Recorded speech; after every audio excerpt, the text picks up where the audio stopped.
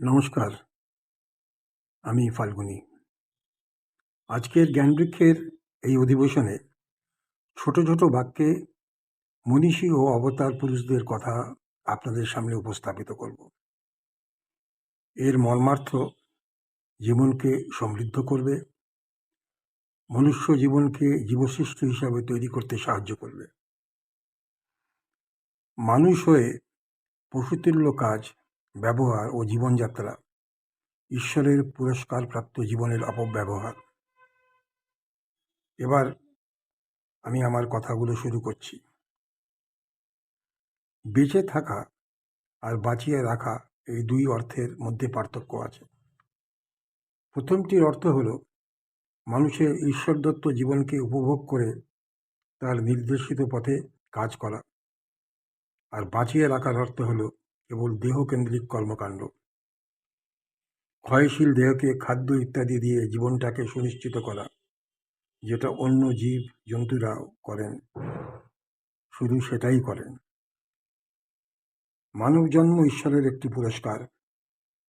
প্রতিটি আত্মা যে লোকের মধ্যে আছে একমাত্র মানব রূপে ঊর্ধ্বগতি লাভ করতে পারে। সুতরাং মনুষ্য জীবন আধ্যাত্মিক উন্নতির একমাত্র সুযোগ। মানুষ মাত্রই তার কর্তব্য পালন করতে হবে, এটা গীতায় বলা আছে। তা বলে দিনের পুরোটা দেহকেন্দ্রিক সুখ সন্ধানী কর্মে লিপ্ত হলে চলবে না। দরকার টাইম ম্যানেজমেন্ট। ব্রহ্ম মুহূর্তে বিধি মেনে দিনের শুরু করা, ঈশ্বর সাধনার জন্য সকালে ঘুম থেকে ওঠার পর 3 বার, দুপুরে 6 বার ও দিনের শেষে 9 বার অন্তত এই বিধি মেনে ঈশ্বর স্মরণ করা, তার প্রতি কৃতজ্ঞতা স্বীকার করা। ঈশ্বরের নাম নেবেন কখন, তার জন্য অজুহাত দিয়ে রিটায়ারমেন্ট পর্যন্ত অপেক্ষা করা মূর্খতা। আপনি মূল্যবান জীবন সময় নষ্ট করলেন। ঈশ্বর সর্বত্র আছেন। ঈশ্বর সৃষ্ট প্রকৃতি এবং তার সেবা এবং নিঃস্বার্থভাবে সেবা, সেটা করলেই হলো সাধনা। অহংভাব ত্যাগ করতে হবে এবং সর্বদা মনে রাখতে হবে যে আমাদের আসল পরিচয় হলো আত্মা, দেহ, রক্ত, মাংসের পিণ্ড। মোবাইলের খাবের মতন, যা এনার্জাইজ সিম কার্ডের মতন, যা মোবাইলকে সচল করে। এই আত্মা দেহে গিয়েই মানুষের পরিচয় দেয়। এই আত্মার ধ্বংস নাই, মৃত্যু নাই। 84 বার মনুষ্য দেহে প্রবেশ করে, নতুন নতুন দেহে।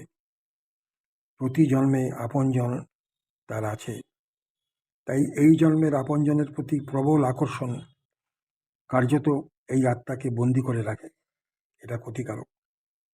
দুঃখ ও সুখ তাৎক্ষণিক।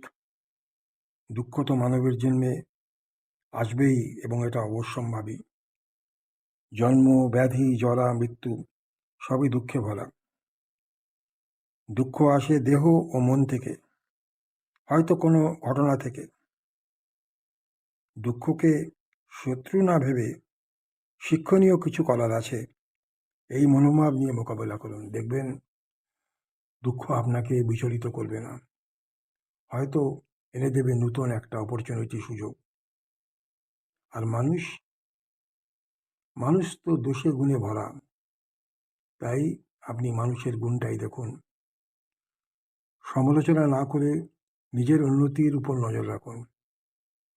যারা সব সময় সমালোচনা করেন তারা মানসিক রোগী, হতাশাগ্রস্ত নিজে। এতে তাদের নিজেদেরও ক্ষতি হয়, কারণ সমালোচকদের অন্যদের সমালোচনাও সহ্য করতে হয়। সেটা সহ্য করা অত্যন্ত পীড়াদায়ক। অবশ্য মানুষ মাত্রই ভুল হয়, তাই ভুল স্বীকার করা ঈশ্বরের স্বীকৃত পদ্ধতি। ভুল থেকে অবশ্য শিক্ষা নিতে হবে এবং একই ভুল আবার করা চলবে না। ঈশ্বরের সাহায্যও চাইতে পারেন প্রার্থনা করে। আর একটা জিনিস খুবই প্রয়োজনীয়, গ্রহণ করা অন্তরে।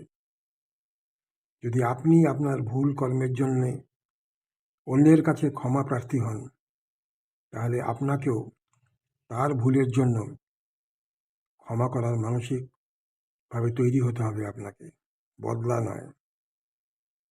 ক্রোধ, হিংসা ও লালসা মানুষের সবচেয়ে বড় শত্রু।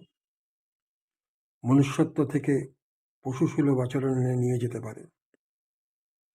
তাই জীবন প্রভাবে প্রয়োজন, প্রত্যাশা ও ইচ্ছার মধ্যে সামঞ্জস্য আনতে হবে। অভাব একটি মানসিক রোগ, শান্তি ও সুখ বিঘ্নিত করে। জীবকে কন্ট্রোল করুন।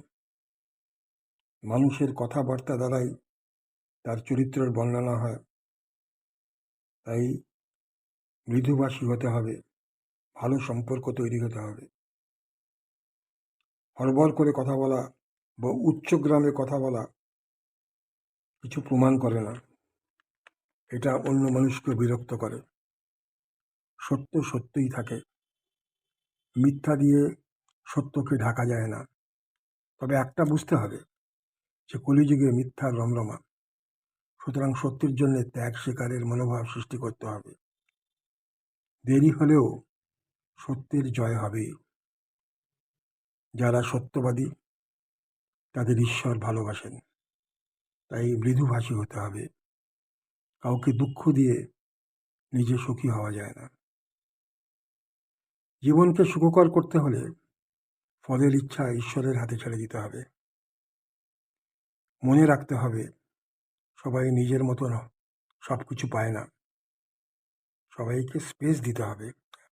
অ্যাডজাস্টমেন্ট করার শিক্ষা নিতে হবে। সারা জীবনে ভালো সম্পর্ক একটা ছোট্ট কটু কথায় নষ্ট হয়ে যায়। শুধু কটু কথা নয়, কটু অঙ্গভঙ্গিতেও নষ্ট হয়ে যায়। তাই নিজের বাক্য সংবরণ করুন। কি বলছেন সেটা ভাবুন। ক্রোধ হলে অনেক সময় আপনি কি বলছেন সেটা আপনার মনে খেয়াল থাকে না। সুতরাং ক্রোধকে থামান, ব্লক করুন। কাজ করুন এটা ভেবে যে ঈশ্বর প্রদত্ত সুযোগ পেয়েছেন। করতে হবে নিয়ম মেনে, যাকে বলে স্ট্যান্ডার্ড অপারেটিং প্রসিডিওর। ফল ঈশ্বরের হাতে ছেড়ে দিয়ে। আর এই জীবনে তো সমস্যা থাকবেই। তবে বুঝতে হবে যে সমস্যাটা আপনার মনে সেটা মন গড়া কিনা। অতীতের ঘটনা বা ভবিষ্যতের কল্পনা প্রযুক্ত নয় তো। তাই বর্তমান নিয়ে ভাবুন। কথিত আছে বর্তমানেন বর্তয়ন্তি বিচক্ষণা। সব সমস্যার সমাধান আছে। দরকার শান্ত মনে বিচার করা, দরকার অ্যাডজাস্টমেন্টের। সবসময় জিততেই হবে এই মনোভাব ত্যাগ করুন। সব পক্ষকে জেতার অনুভব যদি দিতে চান তাহলে দেখবেন আপনিও জেতার আনন্দ পাচ্ছেন। তাকে বলে কাজে উইন উইন সিচুয়েশন। দায়িত্ব পালনের সময় রিটার্নের আশা করবেন না। এটা সত্য নিকটজনের ক্ষেত্রেও। কোনো দুটো মানুষের চিন্তাধারা এক হয় না। আর একটা সত্য, যারা পিতামাতাকে অশ্রদ্ধা করেন তারা জীবনে সুখী হন না। তাদের সন্তানরাও বা আপনজনেরা ঠিক সেরকম অশ্রদ্ধা ব্যবহার করেন পরে। আবার অন্যের সুখ দেখে যারা দুঃখ পান তারা পরশ্রীকাতর রোগে ভুগছেন। এটা একটা মানসিক বিষ। যারা অন্যের ভালো দেখে সুখী হন, খুশি হন, তারাই ঈশ্বরের প্রিয়। ঈশ্বরও তাদের খুশি করেন। কৃতজ্ঞতা একটা ঐশ্বরিক শক্তি। উপকৃত হয়ে কৃতজ্ঞতা স্বীকার ইতিবাচক শক্তি প্রদান করে।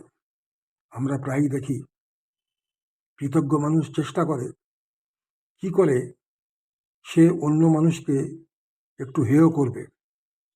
সেটা করে তার কোনো লাভ হয় না।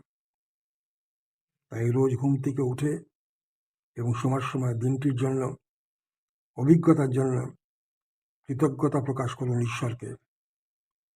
আজকের আলোচনায় শেষে বলি, ঈশ্বরের করুণা প্রার্থীদের শুধু প্রার্থনা করলেই ঈশ্বর কিন্তু কিছু দেন না।